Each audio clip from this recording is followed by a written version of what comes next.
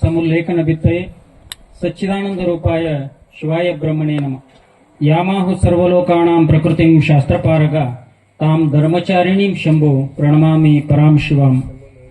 ಸದ್ಗುರು ಪರಮ ಪೂಜ್ಯ ವಿದ್ಯಾವಾರಿಧಿ ವಿದ್ಯಾವಾಚಸ್ಪತಿ ಗೀತಾ ಸರ್ವೋತ್ತಮಾಚಾರ್ಯ ಅಭಿನವ ಸಿದ್ಧಾರೂಢರು ವಾಗ್ದೇವಿ ವರಪುತ್ರರೆಂದೇ ಬಿರುದಾಂಕಿತರಾದ ಪರಮ ಪೂಜ್ಯ ಷಟ್ಸ್ಥಲ ಬ್ರಹ್ಮನಿಷ್ಠ ಶಂಭುಲಿಂಗಪ್ಪಾಜಿಯವರ ಪಾದ ಪದ್ಮಗಳಿಗೆ ನತಮಸ್ತಕನಾಗಿ ಬಸವಾದಿ ಪ್ರಮತರ ವೀರವಿರಾಗಿನಿ ಅಕ್ಕಮಹಾದೇವಿಯ ಅಖಿಲ ಭೋಗಾವಲಂಬನೆಯ ಜಾನ ಶ್ರೀಮನ್ಯ ಜೀವನ ಶಿವಯೋಗಿಗಳ ಪಾದ ಪದ್ಮಗಳಿಗೂ ನತಮಸ್ತಕನಾಗಿ ಮತ್ತು ಈ ಕಾರ್ಯಕ್ರಮದಲ್ಲಿ ಪಾಲ್ಗೊಂಡಿರುವ ಗುರುಪೂರ್ಣಿಮೆ ನಿಮಿತ್ತವಾಗಿ ಈ ಕಾರ್ಯಕ್ರಮದಲ್ಲಿ ವೇದಿಕೆ ಮೇಲೆ ಉಪಸ್ಥಿತರಿರುವ ಸಕಲ ಪೂಜ್ಯರ ಪಾದಾರವಿಂದಗಳಲ್ಲಿ ದಂಡವತ್ ಪ್ರಣಾಮಗಳನ್ನು ಅರ್ಪಿಸಿ ಈ ಕಾರ್ಯಕ್ರಮದಲ್ಲಿ ಪಾಲ್ಗೊಂಡಿರುವ ಗುರು ಹಿರಿಯರಿಗೂ ಹಾಗೂ ಮಾತೆಯರಿಗೂ ನಮಸ್ಕಾರಗಳನ್ನು ಸಲ್ಲಿಸುತ್ತಾ ಈ ಕಾರ್ಯಕ್ರಮದಲ್ಲಿ ಪಾಲ್ಗೊಳ್ಳೋಣ.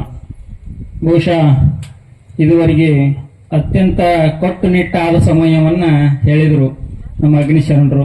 ಮತ್ ನಾ ಮಾತಾಡುವಾಗ ಲಗುಟ್ಟು ಓಡಿ ಹೋಗ್ಬೇಡ್ರಿ, ಬಾಳ ಹೇಳ್ರಿ ಅವ್ರ ಗೊತ್ತು ಹೇಳ್ತಾರೆ. ಅಂದ್ರ ಕಡಿಮೆ ಹೇಳವ್ರ ನೋಡಿದ್ರೆ ಬಾಳ ತಕ ಹೇಳನ್ನೋದು, ಬಾಳ ತಕ ಹೇಳವ್ರ ನೋಡೋಣ ಲಗುಟ್ ಬಿಡ್ರಿ ಅನ್ನೋದು, ಹಿಂಗ ಅವ್ರದೊಂದು. ಹಂಗ ನಂದ 10 ನಿಮಿಷ ಮುಗಿದ್ರು ಅವಾಗ ಅವ್ರ ವಾಚ್ ಬಂದ್ ಬೀಳತ್ ನಂದ. ಹಂಗ ಏನಪ್ಪಾ ಅಂದ್ರ ಇವತ್ತ ಗುರುವಿನ ನಿಮಿತ್ತವಾಗಿ ಈ ವಿಚಾರವನ್ನ ಇಲ್ಲಿ ಶಂಭುಲಿಂಗಪ್ಪಾಜಿ ಅವರ ವಿಚಾರವಾಗಿ ಏನು ಅಂದ್ರ ಗುರು ಯಾವ ರೀತಿಯಾಗಿ ನಮಗ ಜ್ಞಾನವೇ ಮುಕ್ತಿಗೆ ಮಾರ್ಗ, ಆ ರೀತಿಯಾಗಿ ಜ್ಞಾನವನ್ನು ಕೊಡ್ಲಿಕ್ಕೆ ಅಧಿಕಾರ ಇರುವುದು ಯಾರಿಗೆ ಅಂದ್ರ ಗುರುವಿಗೆ. ಗುರುವೇ ನಿಮ್ಮ ತರುಣದೊಳೆನ್ನ ತತ್ವದಿರವನರಿದು ನಿತ್ಯ ಸುಖಿಯಾದೆ, ನಾಮ ರೂಪವ ಅಭಿಮಾನಿಸಿಕೊಂಡು ತಾಮಸ ಮತಿಗೊಳಗಾಗಿರೆ ಪ್ರೇಮಾಸ್ತಿ ಬಾತಿ ಎಂಬ ನಿನ್ನ ನಿಜ ಧಾಮವನ್ನು ಬೆಚ್ಚರಿಸಲಾಗಿ ಅಂತೇಳಿ ಇಲ್ಲಿ ಜ್ಞಾನಸ್ಥಳದೊಳಗೆ ಒಂದು ಪದ್ಯವನ್ನು ಹೇಳ್ತಾರ. ಹಾಗ ಗುರು ಏನಪ್ಪಾ ಅಂದ್ರ ಈ ಒಂದು ಆತ್ಮಜ್ಞಾನವನ್ನು ಕೊಡಲಿಕ್ಕೆ ಆ ವಿಶೇಷವಾದ ಹಕ್ಕು ಯಾರಿಗೆ ಐತಿ ಅಂದ್ರ ಆ ಗುರುವಿಗೆ ಐತಿ. ಆ ಗುರುವಿನಿಂದ ನಾವು ನೀವೆಲ್ಲರೂ ಆ ಗುರು ಯಾರ ಗುರುವಿನೇ ಇರಲಿ ಅಥವಾ ಅವರವರ ಗುರುಗಳು ಅವರಿಗೆ ಶ್ರೇಷ್ಠ ಅಂತಕ್ಕಂತ ಮಾತ. ಹಂಗ ನಮ್ಮ ಗುರುಗಳು ನಮಗೆ ಶ್ರೇಷ್ಠ.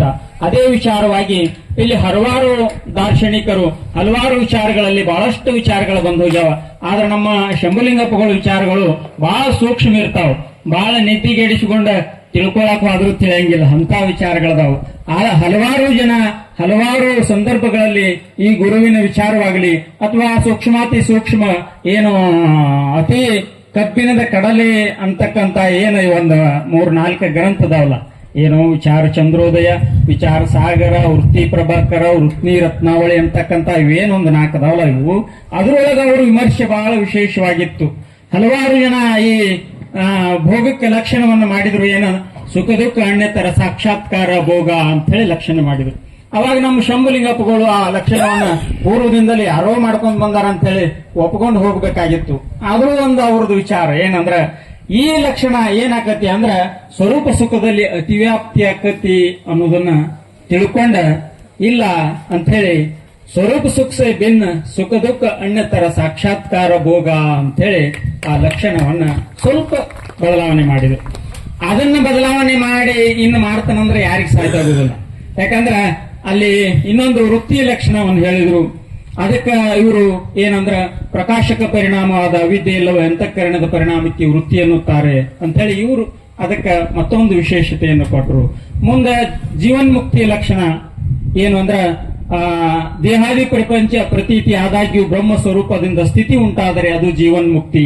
ಇದು ಒಂದು ಕಡೆ ಇದರಲ್ಲಿ ಒಂದು ಸಣ್ಣದೊಂದು ವಿಶೇಷವನ್ನ ಕಂಡು ಹಿಡಿದ ಅವ್ರು ಏನ್ ಮಾಡಿದ್ರು ಅದನ್ನ ಬಂಧ ಬ್ರಹ್ಮರಹಿತತ್ವ ಸತಿ ವೃತ್ತಿ ಸಹಿತತ್ವಂ ಜೀವನ್ ಮುಕ್ತಿತ್ವಂ ಅಂದ್ರು. ಹಂಗ ಈ ಲಕ್ಷಣಗಳ ಮೇಲ ಅಥವಾ ವಿಮರ್ಶಾತ್ಮಕ ವಿಚಾರಗಳ ಮೇಲ ಅವರ ವಿಚಾರ ಬಹಳ ವಿಶೇಷವಾಗಿ ಹರಿದಾಡ್ತಿತ್ತು. ಹಂಗ ಅವರು ಒಂದು ರೀತಿ ಎಂತ ಅವರ ಬುದ್ಧಿಪ ಅಂದ್ರ ವಿಮರ್ಶಾತ್ಮಕ ಶೈಲಿ ಅಂದ್ರ ಕ್ರಿಟಿಕಲ್ ಮೈಂಡ್, ಹಂಗ ಅವ್ರ ವಿಚಾರ ಇತ್ತು. ಅದರಲ್ಲಿ ನಿಜಗುಣರ ಶಾಸ್ತ್ರಗಳ ಮೇಲೆ ವಿಶೇಷವಾದ ಹರಿವು ಅವರದು. ಏನು ಅಂದ್ರ ನಿಜಗುಣರು ವೀರಶೈವರೆಂದು ಊಹೆ ಆಗುತ್ತದೆ ಅಂತ ಹೇಳಿ ನಮ್ಮ ಆರೂಢ ಜ್ಯೋತಿ ಪರಮ ಪೂಜ್ಯ ಶಿವಪುತ್ರಪ್ಪಗಳು ಬರ್ಕೊಂಡು ಬಂದ್ರ ಇಲ್ಲ ವೀರಶೈವರು ನಿಜಗುಣರೇ ಅಂತ ಹೇಳಿ ಅಲ್ಲಿ ಒಂದು ಏನದು ಸಿದ್ಧ ಸೂಚಕ ವಾಕ್ಯಕ್ಕೆ ಒಂದು ಚಿಹ್ನೆ ಐತಿ. ಹಿಂಗ ಗೆರಿ ಕೊರದ್ ಬಡ್ಡೆ ಒಂದು ಟಿಕ್ ಕೊಡ್ತಾರ ನೋಡಿ. ಅದಕ್ಕೆ ನಾ ಏನತ್ತನಂದ್ರ ನಮ್ಮ ಅಪ್ಪಗಳು ಬಡ್ದಿರ್ತಕ್ಕಂತ ಒಂದು ಏನತ್ತನ ಅದಕ್ಕಂದ್ರೆ ಇಂಗಳು ಗೂಟ, ಆ ಇಂಗಳು ಗೂಟ ಅಳಿಗಾಡ್ಸೋ ತಾಕತ್ ಇನ್ಯಾರಿಗೂ ಬರುದಿಲ್ಲ. ಹಂಗ ನಿಜಗುಣರು ವೀರಶೈವರೇ ಅಂತಕ್ಕಂತ ವಿಚಾರವನ್ನ ಅವರು ಸ್ಪಷ್ಟವಾಗಿ ಮಂಡಿಸುವಾದ್ರು. ಹಂಗ ಅವರು ವೀರಶೈವರೇ ಅನ್ನೋದಕ್ಕ ಅಲ್ಲಿ ಸಾಕಷ್ಟು ಉದಾಹರಣೆಗಳದಾವ್. ಶಿವಯೋಗದ ಸಂದರ್ಭದಲ್ಲಿ ಶಿವಯೋಗದ ಬಗ್ಗೆ ಅವ್ರು ಹೇಳಿರ್ತಕ್ಕಂಥ ಮಾತುಗಳು ಬಹಳಷ್ಟು ವಿಶೇಷವಾಗಿ ನಿಜಗುಣರ ಶಾಸ್ತ್ರದಲ್ಲಿ ಅದಾವ. ಯಾಕಂದ್ರ ನಿಜಗುಣರ ಹೆಸರು ಹೇಳುವಾಗ ವಿಶೇಷತೆ ಏನು ಅಂದ್ರ ಶಿವಯೋಗ, ನಿಜಗುಣ ಶಿವಯೋಗಿಗಳು ಅಂದ ಮೇಲೆ ಅವರು ವೀರಶೈವರೇ ಅನ್ನೋದು ಬಹಳ ವಿಶೇಷವಾಗೈತಿ. ಅಂದ್ರ ಆವ ಬಾಧೆಯನ್ನುಂಟು ಮಾಡಬಹುದು ಅಖಿಲ ಭೋಗಾವಲಂಬನದೊಳರೆ ಶಿವಯೋಗಿಗೆ. ಈ ಶಿವಯೋಗಿಗೆ ಯಾವ ಬಾಧೆಯನ್ನು ಉಂಟು ಮಾಡುವುದಿಲ್ಲ. ಯಾವ ಅಖಿಲ ಭೋಗದ ಏನು ಸಾಮಗ್ರಿಗಳದಾವು ಇವು ಶಿವಯೋಗಿ ಯಾವುದೇ ರೀತಿಯಾದ ಬಾಧೆಯನ್ನು ಉಂಟು ಮಾಡುವುದಿಲ್ಲ. ಆದ್ದರಿಂದ ಇಲ್ಲಿ ಶಿವಯೋಗ ಶ್ರೇಷ್ಠ ಅಂತಕ್ಕಂಥದ್ದು ಯಾವ ರೀತಿಯಾಗಿ ನಮ್ಮ ಶಂಭುಲಿಂಗಪ್ಪಗಳು ಹೇಳ್ಕೊಂಡ ಈ ಶಿವಯೋಗ ಸಾಮಗ್ರಿಗಳ ಬಗ್ಗೆ ಬಹಳ ವಿಚಾರವಾದ ಅರಿವನ್ನು ವ್ಯಕ್ತಪಡಿಸಿ, ಜೊತೆಗೆ ಇನ್ನೊಂದು ಏನಪ್ಪಾ ಅಂದ್ರ ಅವ್ರದ್ದು ಮತ್ತೊಂದು ವಿಶೇಷ ಅಥವಾ ಇನ್ನು ಯಾವುದೋ ಸಂಪ್ರದಾಯದ ವಿರೋಧ ಕಟ್ಟುಕೊಳ್ಳಿಕ್ಕೆ ಮತ್ತೊಂದು ಮಾತು ಏನ ಪ್ರಕಾರವಾಗಿ ಮಂಡನೆ ಆಯ್ತು ಅಂದ್ರ ಯಾರಿಗೆ ಯಾರು ಗುರು ಅಂತಕ್ಕಂಥದ್ದು ಸಹಿತ ಮಂಡನೆ ಆಯ್ತು. ಆದ್ರೆ ಗೃಹಸ್ಥರೇ ಗುರುಗಳಾಗಬೇಕು, ಸನ್ಯಾಸಿಗಳಿಗೆ ಸನ್ಯಾಸಿಗಳೇ ಗುರುಗಳಾಗಬೇಕು ಅಂತಕ್ಕಂಥ ವಿಚಾರವಾಗಿ ಅವರು ಹಲವಾರು ಆಗಮದ ಶ್ಲೋಕಗಳನ್ನ ಗುರು ಗೃಹಸ್ಥ ಏವ ಶಾನ್ ಕದಾಚಿತ್ ವಾಣಪ್ರಸ್ಥ ಯತಿ ಗುರುತ್ವಂ ನಿಷ್ಫಲಂ ಭವೇತ್ ಅಂತ ಹೇಳಿ ಆ ಶ್ಲೋಕವನ್ನ ಹೇಳಿದ್ರು. ಅದನ್ನ ತೆಗೆದ್ರು ಅವರು ಆಗಮದೊಳಗಿನ ಶ್ಲೋಕ, ಚಂದ್ರ ಜ್ಞಾನಾಗಮದೊಳಗಿನ ಶ್ಲೋಕವನ್ನ ತೆಗೆದು ಹೇಳಿದ್ರು. ಅಲ್ಲಿ ಸಾಕಷ್ಟು ವಿರೋಧಾಭಾಸಗಳು ಬಂದು ಆದರೂ ಸಹಿತ ಇವು ಒಂದೊಂದೇ ಶ್ಲೇಗಲಿಲ್ಲ. ಮುಂದೆ ಇನ್ನೊಂದು ಏನಪ್ಪಾ ಅಂದ್ರ ಪೈಂಗಲ್ ಉಪನಿಷತ್ನಲ್ಲಿ ಒಂದು ಶ್ಲೋಕ ಐತಿ. ಯಾವುದು ಅಂದ್ರ ಯಾವಚ್ಚೋಪಾಧಿ ಪರ್ಯಂತಂ ತಾವಚ್ಚೋ ಸೃಸುಯದ್ ಗುರು ಗುರುವಾದ್ ಗುರು ಭಾರ್ಯಾಯಂ ತತ್ ಪುತ್ರೇಶು ಚ ವರ್ತನಂ. ಈ ಶ್ಲೋಕ ಏನ್ ಹೇಳ್ತದಪ್ಪ ಅಂದ್ರ ಯಾವ ರೀತಿ ಗುರುವಿನ ಮೇಲೆ ನೀ ಶ್ರದ್ಧೆಯನ್ನಿಟ್ಟದ್ಯೋ ಅದೇ ರೀತಿ ಗುರುವಿನ ಹೆಂಡತಿ ಅಥವಾ ಗುರುವಿನ ಮಗನ ಮೇಲೂ ಶ್ರದ್ಧೆ ಇಡಬೇಕು ಅಂತ ಹೇಳ್ತದ. ಅಂದ ಮೇಲೆ ಸ್ವಾಭಾವಿಕವಾಗಿ ಗೊತ್ತಾಗತ್ತೆ ಗುರು ಯಾರು ಅನ್ನೋದು. ಹಂಗ ಇಲ್ಲಿ ಗುರು ಯಾರು ಆದ್ರೂ ಸಹಿತ ಯಾರು ಹೆಂಗ್ ಇರಬೇಕು ಅನ್ನೋದನ್ನ ಸಹಿತ ಸ್ವಾಮಿ ವಿವೇಕಾನಂದರು ಒಂದು ಕಡೆ ಹೇಳ್ತಾರೆ. ಏನಂದ್ರೆ ಗೃಹಸ್ಥರಂದ್ರೆ ಹೆಂಗಿರ್ಬೇಕು, ಸನ್ಯಾಸಿಗಳು ಹೆಂಗಿರ್ಬೇಕು. ಇಲ್ಲಿ ಸ್ವಾಭಾವಿಕವಾಗಿ ಈ ಮಾತುಗಳನ್ನ ಹೇಳಾಕ್ತಾನ ಗೃಹಸ್ಥರಿಗೆ 2 ಕೋಡ್ ಬಂದಂಗ ಆಕತಿ. ಯಾಕಂದ್ರ ಅವ್ರಕ್ಕಿಂತ ನಮ್ಮನ್ನ ಹೆಚ್ಚು ಮಾಡಿ ಹೇಳಾಕ್ತಾರಲ್ಲ. ಇಲ್ಲಿ ಹೆಚ್ಚು ಕಡಿಮೆ ಅಂತಕ್ಕಂಥದ್ದಿಲ್ಲ. ಆದ್ರೆ ಯಾವ ಸಂದರ್ಭದಲ್ಲಿ ಯಾರು ಹೆಚ್ಚು ಅನ್ನೋದಕ್ಕಿಂತ ಅದರಲ್ಲಿ ವಿಶೇಷವಾಗಿ ಯಾರು ಹೆಂಗ್ ಇರಬೇಕು ಅನ್ನೋದು ಬಹಳ ವಿಶೇಷವಾಗಿ ಸ್ವಾಮಿ ವಿವೇಕಾನಂದರ ಒಂದು ದೃಷ್ಟಾಂತ ಹೇಳ್ತಾರೆ. ಅದನ್ನ ಹೇಳಿ ನಾ ಮುಗಿಸ್ತನು. ಏನಂದ್ರ ಒಮ್ಮೆ ಸನ್ಯಾಸಿ ಮಹಾತ್ಮ ಸಂಚಾರ ಮಾಡ್ಕೋತ ಹೋಗಿರ್ತಾನೋ, ಏನೋ ಅನಿರೀಕ್ಷಿತವಾಗಿ ಒಂದು ಊರ್ ದಂಡಿ ಮೇಲೆ ಹಾದು ಹೊಂಟಾಗ ಬಹಳಷ್ಟು ಜನ ಕೂಡಿರ್ತಾರ. ಅಲ್ಲಿ ಬಹಳಷ್ಟು ಸಾವಿರಾರು ಜನ ಕೂಡಿರ್ತಾರ. ಅಲ್ಲಿ ನೋಡ್ಬೇಕು ಏನೈತಿ ಅಂತ ಹೇಳಿ ಹೋಗಿ ನಿಂದಿರ್ತಾನ ದಂಡ್ಯಾಗ. ಅಲ್ಲಿ ಏನಾಗಿರ್ತೈತಿಪ್ಪ ಅಂದ್ರ ರಾಜನಿಗೆ ಒಬ್ಬಳೇ ಹೆಣ್ಣು ಮಗಳಿರ್ತಾಳ. ಯಾಕಂದ್ರ ಗಂಡು ಮಕ್ಕಳು ಇರಂಗಿಲ್ಲ. ಆ ರಾಜ್ಯಕ್ಕೆ ಉತ್ತರಾಧಿಕಾರಿ ಆಯ್ಕೆ ಮಾಡತಕ್ಕಂತ ಸಂದರ್ಭ ಬಂದಿರ್ತತಿ. ಆ ಸಂದರ್ಭ ಬಂದಾಗ ಅಲ್ಲಿ ಉತ್ತರಾಧಿಕಾರಿನ ಯಾರನ್ನ ಆಯ್ಕೆ ಮಾಡಬೇಕು ಅಂದ್ರ ಅಲ್ಲಿ ಜಗಳ ಹತ್ತತ್. ಅವಾಗ ಏನ್ ಮಾಡಿದ್ರು ಅಂದ್ರ ಒಂದು ಆಣಿ ಕೊರಳೊಳಗ, ಒಂದು ಆಣಿಯ ಸೊಂಡಿಲೊಳಗ ಮಾಲಿ ಕೊಟ್ಟ ಎಲ್ಲರೂ ಕುರ್ಚಿಯ ಮೇಲೆ ಎಲ್ಲಾ ರಾಜ ಮಹಾರಾಜರು, ಸಾಮಾನ್ಯ ಜನ ಎಲ್ಲರೂ ಬಂದ್ ನಿಂತಿದ್ರು. ಅವಾಗ ಆಣಿ ಗಂಭೀರವಾಗಿ ಆ ಮಾಲೆಯನ್ನು ತಗೊಂಡ ಮಧ್ಯದಲ್ಲಿ ನಡೆದಿತ್ತು. ಅವಾಗ ಆನೆ ತಮ್ಮ ಸಮೀಪಕ್ಕೆ ಬಂದ ಮೇಲೆ ಎಲ್ಲರೂ ಗೋಣಿಂಗ್ ಮುಂದಕ್ಕೆ ಮಾಡವ್ರು, ನನ್ನ ಮೇಲೆ ಹಾಕ್ತತಿ, ನನಗ್ ಹಾಕ್ತತಿ ಅಂತೇಳಿ. ಯಾಕ ಹಿಂದ ಅಣ್ತಂಬ್ರ ಯಾರು ಇಲ್ಲ, ಒಬ್ಬಕ್ಕೆ ಮಗಳದಾಳು, ರೂಪವತಿ ಅದಾಳ. ಮುಂದೆ ಏನ್ ಹಾಕತಿಪ್ಪ ಅಂದ್ರ ಲಾಟರಿ ಹೊಡಿತೈತಿ ಅಂದಂಗ. ಯಾಕಂದ್ರ ರಾಜ್ಯದ ಕಾರ್ಬಾರ್ನ ಸಿಕ್ಕಿ ಬಿಡ್ತತಿ ಅಂತೇಳಿ ಎಲ್ಲಾರು ಗೋಣ್ ಮುಂದಕ್ಕೆ ಮಾಡವ್ರು. ಅದ್ ಏನ್ ಮಾಡಿತಪ್ಪ ಅಂದ್ರ ಮಾಲಿ ತಗೊಂಡು ಮುಂದಕ್ಕೆ ಹೋತು. ಅವ ಏನ್ ನೋಡ್ಕೋತ ನಿಂತಿದ್ದಲ್ಲ ಸನ್ಯಾಸಿ ಮಹಾತ್ಮ, ಅವನು ಕೊರಳಿಗೆ ಹೋಗಿ ಹಾಕಿ ಬಿಡ್ತಿ. ಅವ್ ಮೊದಲ ವಾಸ್ತವಿಕ ಸನ್ಯಾಸಿ ಇದ್ದ, ನಾಟಕಕಾರ ಇದ್ದಿದ್ದಿಲ್ಲ. ಯಾಕಂದ್ರ ಗೊತ್ತಾಗತ್ತಲ್ಲ ನಿಮ್ಗೆ, ನಾಟಕಕಾರ ವೇದಿಕೆ ಮೇಲೆ ಕೂತಾಗ ಒಮ್ಮೆ ಕೂದಲ ಹಿಂಗ್ ಹಾರಿಸಿ ನೋಡುದು, ಇತ್ತಾಗ ನೋಡುದು, ಒಮ್ಮೆ ಹಿಂಗ್ ಹಾರಿಸಿ. ಇವ್ರನ್ನ ವಾಸ್ತವಿಕ ಸನ್ಯಾಸಿಗಳು ಅಲ್ಲಿ ಇವರು, ನಾಟಕಕಾರ ಇವರೆಲ್ಲ. ಯಾಕೆ ಇತ್ತಾಗ ಯಾಕೆ ಹೆಚ್ಚಾತಿ ಹಾರಿಸೋದಂದ್ರೆ ಮತ್ತೊಮ್ಮೆ ಇತ್ತಾಗ ಹಾರ್ಸಕ್ ಬರ್ತತೆ ಅಂತೇಳಿ ಹೆಚ್ಚಾತಿ ಜಡಿ ಹಾರಿಸ್ತಾರ. ಹಂಗ ಅವ್ರನ್ನ ವಾಸ್ತವಿಕ ಸನ್ಯಾಸಿ ಇದ್ದ. ಅವ ಮಾಲಿ ತೆಗೆದು ಹರಿದು ಹೋಗದ ಹೊಂಟ ಬಿಟ್ಟ, ಓಡಕ್ ಹತ್ತಿ ಬಿಟ್ಟವ. ಅವಾಗ ಈಕೆ ಏನ್ ಮಾಡಿದ್ಲು ಅಂದ್ರ ಆಕಿನೂ ಬೆನ್ನ ಹತ್ತಿದ್ಲು. ಆಕಿ ಪುತ್ರಿ ಅಂತಕ್ಕಂತ ಒಂದು ಭಾವನೆಯಿಂದ ಸಾಕಿರ್ತಕ್ಕಂತ ಮಂತ್ರಿ ಅವನು ಬೆನ್ನ ಹತ್ತಿ ಅವ ಕಾಡಿನೊಳಗೆ ಹೋದ. ಅಲ್ಲಿ ಹೋದ್ಲು. ಹೋಗಿ ಅವ ಎಲ್ಲೋ ಒಂದು ಕಂಟಿ ಮರಿಯೊಳಗೋ ಅಥವಾ ಮಾಯಾಗ್ಬಿಟ್ಟ. ಅವಾಗ ಈಕೆ ಅಲ್ಲೇ ಕೂತ್ಲು. ಸಾಯಂಕಾಲ ಆಗಿತ್ತು.